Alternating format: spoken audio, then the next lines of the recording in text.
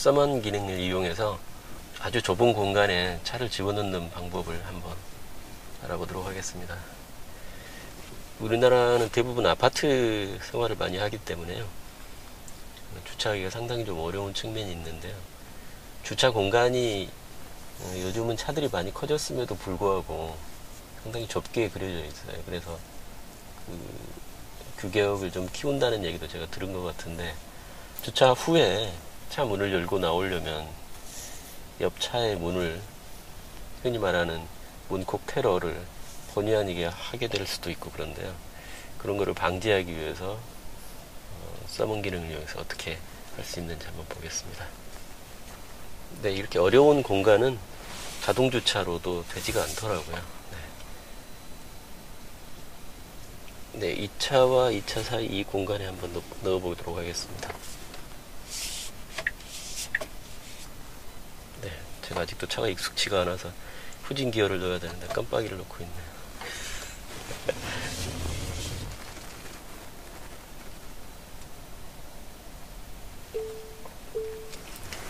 네, 주차할 때는 이렇게 센서를 이용해서 장애물과의 거리를 표시해 준대요. 지금 왼쪽 뒷부분이 70, 60, 네, 40, 최종적으로 30cm보다 가까워지면 정지라고 이렇게 표시가 되더라고요.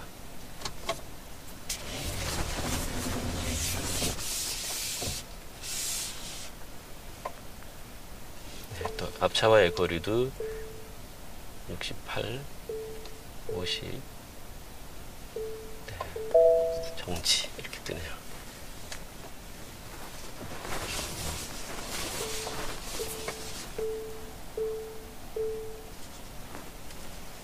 네, 상당히 어렵네요.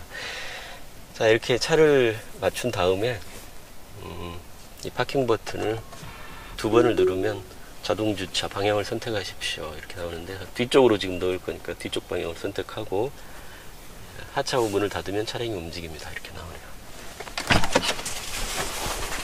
차문을 열고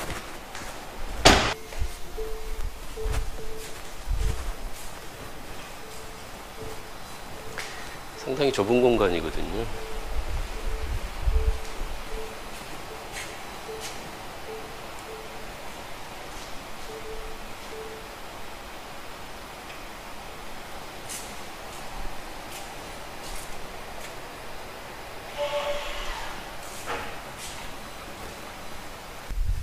네, 완료를 한 것 같습니다. 이 상태에서 문을 열고 탑승은 도저히 불가능하죠. 옆차 운전자 같은 경우는 이렇게 기둥 뒤에 공간이 있기 때문에, 기둥 뒤에 공간? 어디서 많이 듣던 얘기이긴 한데요. 아무튼 기둥 뒤에 공간이 있기 때문에 탑승이 가능하지만, 저 같은 경우에는 사실 탈 수가 없죠. 이렇게 돼 있을 때는. 네. 자, 그러면 다시 이제 차를 앞으로 꺼내서 차를 타고 나갈 때는 또 리모컨 키를 이용해서 길게 누르면 이렇게 미등이 켜집니다. 그러면은 서먼 호출을 받을 준비가 끝났다는 표시고요. 이제 앞쪽으로 빼야 되니까 차량 앞쪽을 눌러주면 다시 또 앞으로 나옵니다. 물론 장애물을 다 인식하기 때문에 앞차와 부딪히지 않을 정도에서 멈춥니다. 자, 이 서먼 기능은 스마트폰으로도 제어가 가능합니다. 차량이 연결 중이라고 나오는데요. 전진과 후진이 나옵니다. 후진이겠죠. 이럴 경우에는. 자, 후진.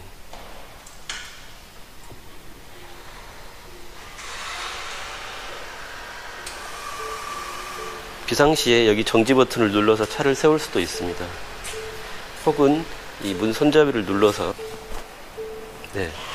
제가 문 손잡이를 한번 눌러봤는데요. 손잡이를 터치하자마자 차가 바로 쓰네요. 혹시 비상 상황에서 차를 급하게 세워야 할 경우에는 이런 식으로 세우면 될 것 같습니다. 자, 그러면 이번에는 스마트폰이 아니고 애플 워치로도 제어가 가능합니다. 그래서 여기 앱이 있네요. 이 GPS에서 포스 터치를 하게 되면 summon forward, stop summon, summon reverse, trigger home link 이렇게 있는데요. 홈 링크는 사실 착오를 갖추고 있는 분들을 위한 메뉴고, 저 같은 경우에 summon forward, 앞으로 차를 이동시키겠다는 거잖아요. 네. 네, 바로 반응을 하네요.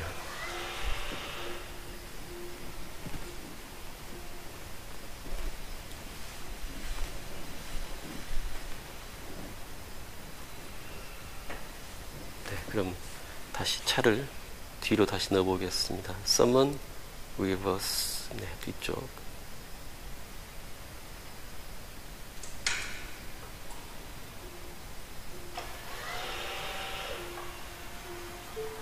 네, 지금 진행 중인데요. 여기 차를 한번 멈춰 보겠습니다. 스탑 서먼. 네, 아까 제가 손잡이를 눌렀던 것보다 약간의 딜레이는 있지만 차가 바로 정지를 하네요.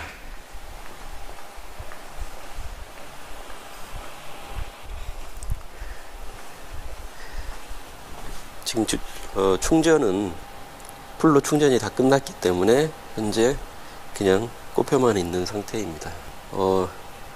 플러그를 뽑아야 되는데요, 뽑히지가 않습니다.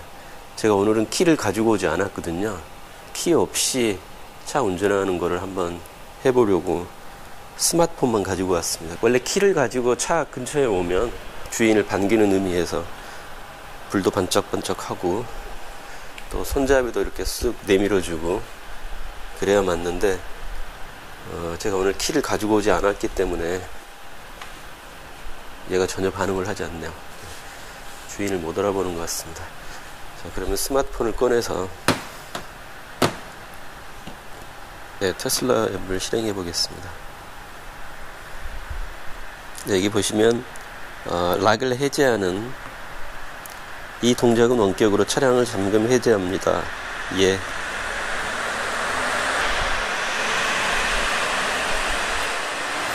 이제 주인을 알아보고 손잡이도 나왔고요. 자, 그 다음에 충전기를 뽑아야 되니까요.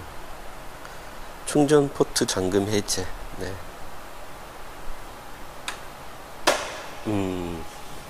자, 충전기도 일단 반응을 해서 불빛이 멈췄고요. 얘도 하얀색으로 바뀌었습니다. 하얀색일 때 뽑을 수 있습니다. 항상. 네.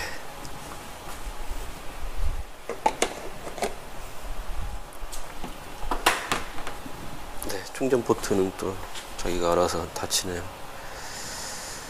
자, 그러면 차에 타보겠습니다.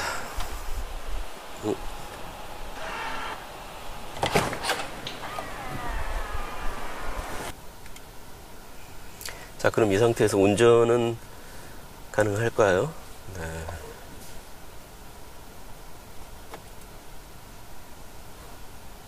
키가 차 안에 없습니다. 차량을 가동할 수 없습니다. 이렇게 나오면서 말을 듣질 않네요. 기어도 들어가질 않고 브레이크를 밟아도 반응도 하지도 않고. 왜냐면 제가 키를 가지고 오지 않았기 때문입니다. 그래서 또 스마트폰 어플에서 이 가운데 이 키 모양, 이게 킬리스 드라이빙을 할 수 있게 해주는 것 같습니다.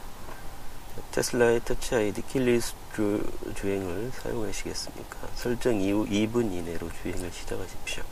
이렇게 한번 지문 인식을 해서 키 없이 운전하겠다 하고 승인을 해주고 나면 2분 안에 차를 운전하기 시작해야 되는 모양입니다. 자, 키 릴리스 주행 사용 1분 54초 남은 53초 남은 시간이 이렇게 흘러가네요. 네. 키 없이 운전할 수 있도록 했는데 누구나 또 운전을 하면 안 되니까 이렇게 보안상 이렇게 해놓은 것 같습니다. 자, 브레이크를 밟았더니 반응도 하고요. 기어도 들어가고. 네, 그렇네요.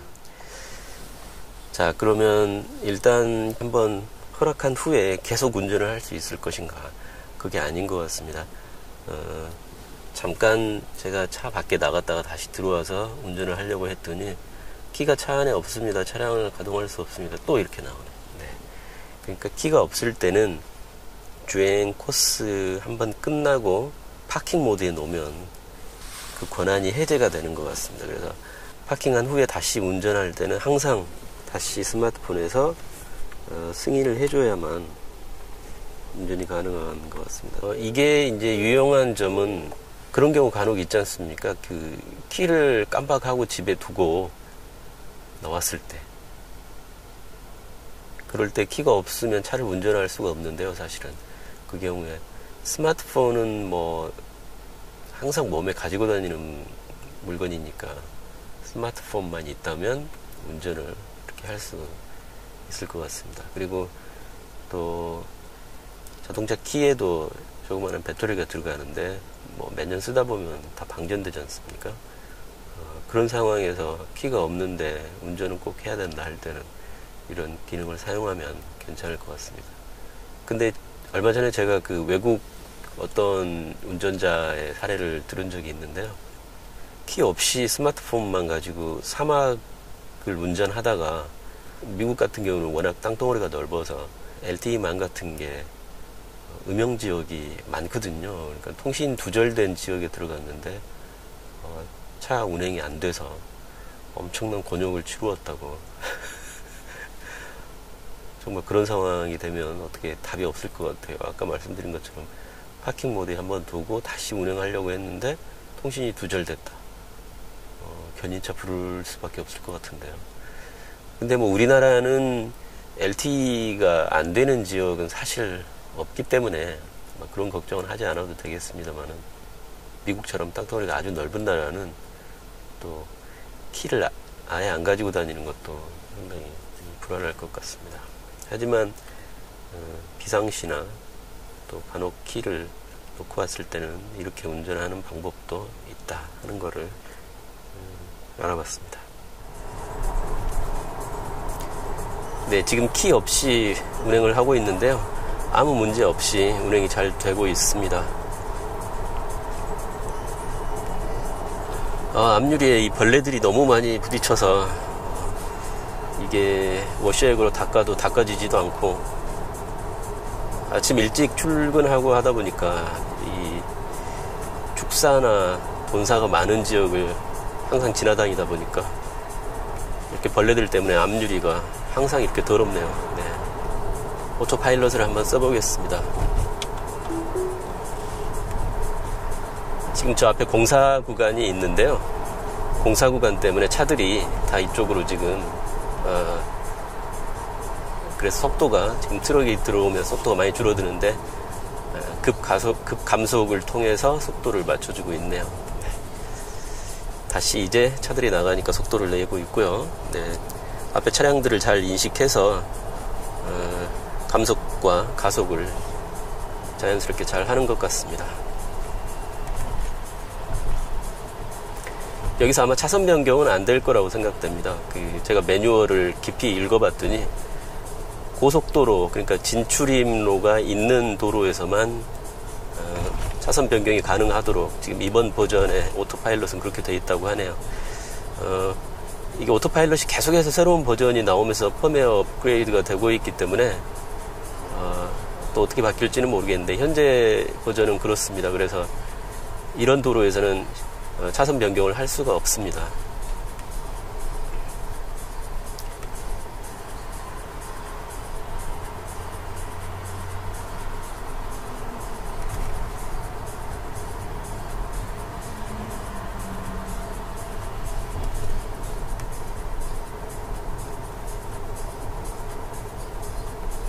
지금 앞에 이제 붉은색 신호등이 들어와 있기 때문에 제 앞차가 정지를 하게 되고요. 제 차도 따라서 같이 속도를 줄이고 있습니다. 저는 그냥 발을 지금 떼고 있는데요. 그냥 가만히 있어도 이제 차가 출발하면 또 따라서 갈 거라고 생각이 듭니다.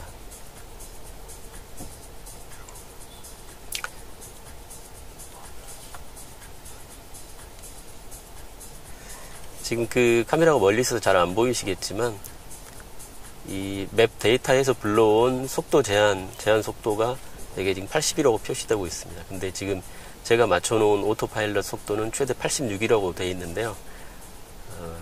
제가 그 설정 매뉴얼을 제대로 못 읽어봤었는데 어제 보니까 맵 데이터에서 불러온 최고 속도보다 뭐 5km, 10km 이런 식으로 사용자가 좀 더 속도를 높일 수 있도록 설정하는 메뉴가 있더라고요. 그래서 제가 지금 그렇게 해놨는데 앞차가 출발하니까 지금 제 차도 출발을 하네요. 지금 여기는 차선이 사실 안 그어진 교차로인데 네, 잘 따라갑니다. 이런 경우에는 아마 앞차를 보고 따라가는 것 같고요. 네, 아까 하던 얘기를 계속 하면은 그래서 오토파일럿 속도가 물론 제한이 되기는 하지만 사용자가 그 속도를 맵 데이터 상에서 불러온 제한 속도보다 조금씩 더 높여서 운행은 가능하다. 네, 그거를 추가로 말씀을 드립니다. 저도 그냥 80에 맞춰 놓겠습니다. 가속을 하면 안 되니까요. 자, 오른쪽에서 뭐 끼어 들어오는 차도 있고 지금 상당히 복잡한 상황인데요. 한번 보도록 하겠습니다. 잘 대처를 하는지. 네, 이 차는 뭐 그렇고 저 앞차 들어왔는데 약간 감속을 또 하네요. 사실 이 정도 도로에서는 오토파일럿을 써도 상관이 없지만 시내 아주 복잡한 도로 같은 경우에 장애물도 많고 어디서 뭐가 튀어나올지 모르는 그런 상황에서는 사실 오토파일럿은 쓰지 않는 것이 좋다고 합니다.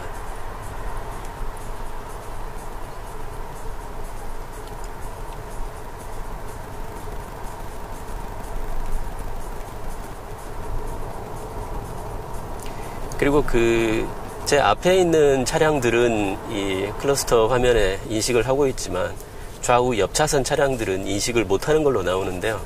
아마도 이번 버전의 오토파일럿에 그 기능이 제한되어 있는 것 같습니다. 제가 유튜브 외국 영상들을 보면 옆차선 차량들을 인식하는 버전이 예전에는 있었거든요. 근데 이번 버전에는 실제 인식을 못하는 건지 아니면 화면상에만 뿌려주지 않는 건지는 잘 모르겠지만 옆차선 차량들은 나타나지가 않습니다.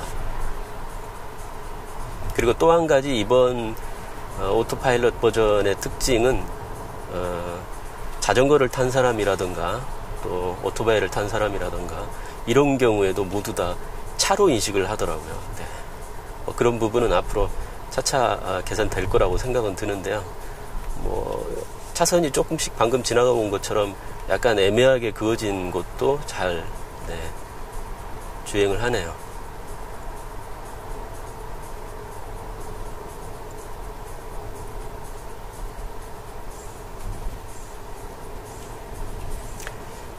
자, 또 교차로인데 앞차가 정지를 하니까 제 차도 같이 정지를 합니다.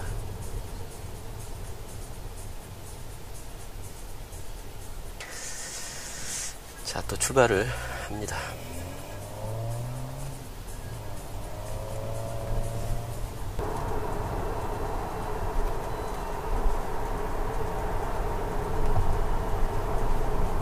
자, 꽤 급커브인데요. 잘 가나 보겠습니다.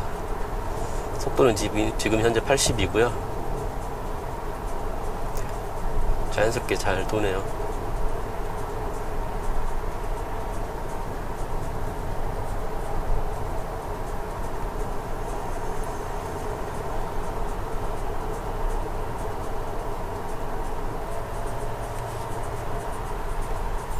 네, 여기 같은 경우에는 지금 차선이 지워진 차선도 있고 꽤 애매하게 보일 수도 있는데 네, 제가 좀 긴장했습니다 방금. 혹시 얘가 오류를 일으키면 어떡하나. 근데 잘 인식을 하고 오고 있네요. 자, 그럼 이번에는 테슬라 모델 S를 컨트롤할 수 있는 아이폰 어플, 그리고 그러니까 테슬라에서 공식적으로 배포하고 있는 아이폰 어플, 그리고 테슬라 이외에 다른 업체에서 배포하고 있는 어플, 이런 것들에 대해서 한번 알아보도록 하겠습니다. 이게 테슬라라고 하는 앱을 실행을 하면요, 맨 위에 키트라고 적혀 있네요. 제 차 이름이 키트입니다. 아마 나이 좀 드신 분들은 다 아실 거예요. 가자 키트 이러면 차가 알아서 주인에게 달려오고 주인하고 대화도 하고 엄청 똑똑한 차량인데요. 뭐 제 차가 그렇게 똑똑한 차는 아니지만 아무튼 이름은 그렇게 한번 붙여봤습니다. 자, 여기 보시면 가장 많이 쓰는 세 가지 메뉴를 메뉴에 배치해 놨는데요. 에어컨을 켜고 끌 수 있습니다.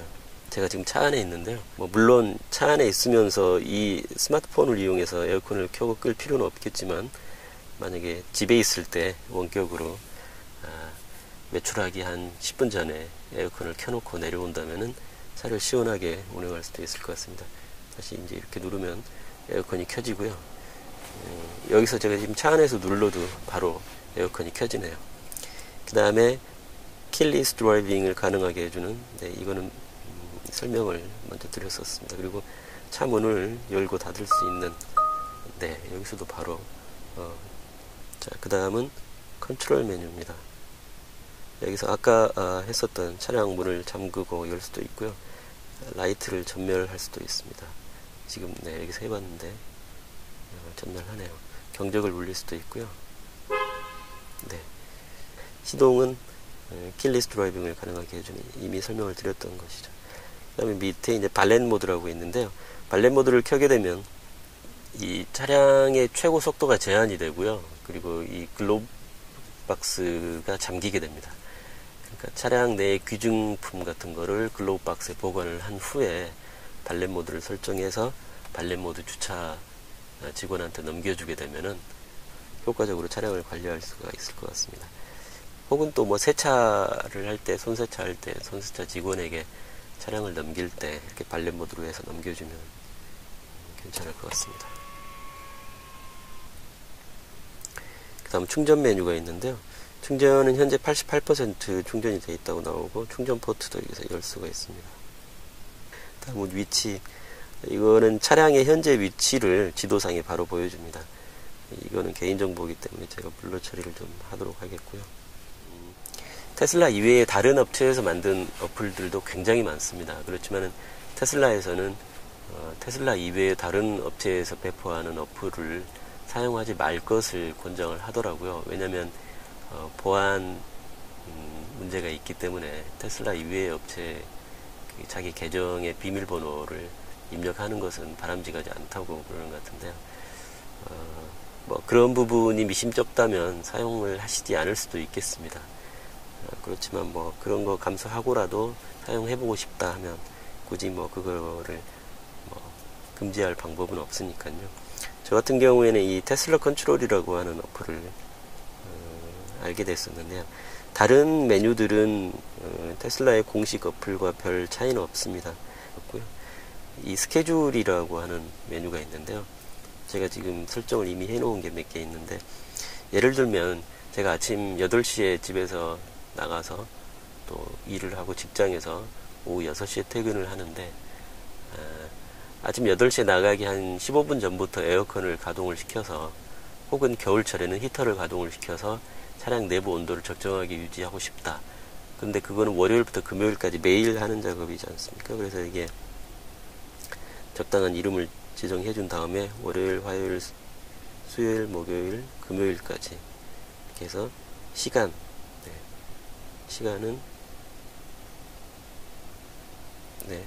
아침 8시 45분, 그리고 커맨드, 뭘 할 것인지, 경적을 울리게 할 것인지, 그리고 문을 잠글 것인지 여러 가지가 있는데, 주로 여기에 스타트 차지도 있습니다. 충전을 시작하게 한다거나. 그렇지만 이거는 테슬라의 기본 기능 중에 충전 예약 기능이 있기 때문에 특별히 많이 쓸 것 같지는 않고요. 제일 많이 쓸 수 있는 게 아마 이 스타트 에어 컨디션일 것 같습니다. 에어컨을 아침 8시 45분에 항상 월요일부터 금요일까지는 가동을 시켜라.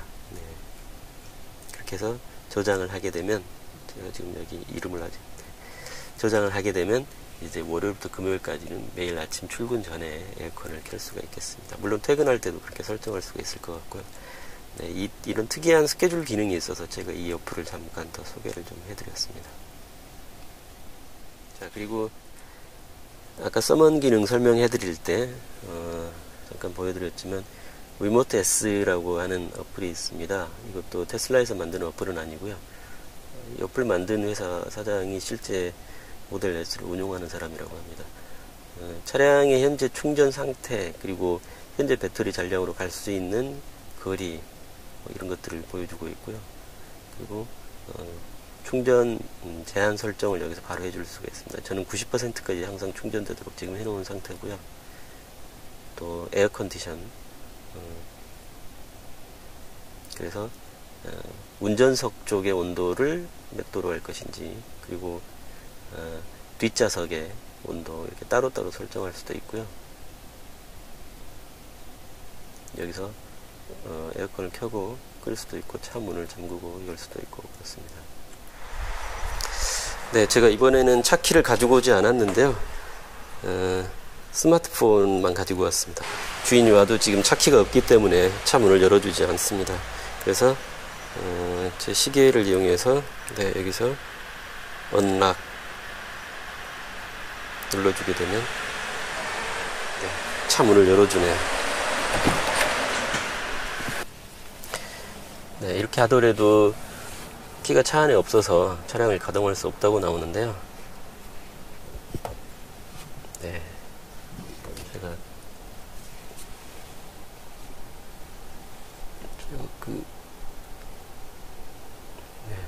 여기서 스타트 카 이걸 눌러주게 되면 킬 리스트링 온 이렇게 하면서 운전을 할 수 있게 해줍니다.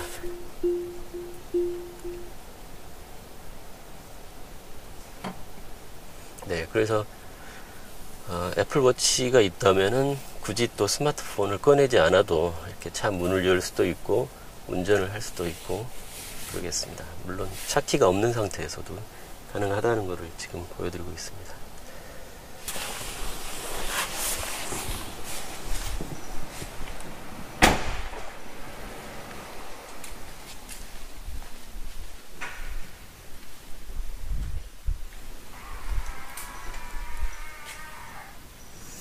네, 이렇게 차 키가 없이 스마트폰만으로 차 락을 해제할 경우에는 차량에서 하차하고 나면 바로 이렇게 문을 잠궈 버립니다. 근데 제가 지금 아이폰을 차 안에 두고 내린 것 같습니다. 그래도 저에게는 애플워치가 있습니다.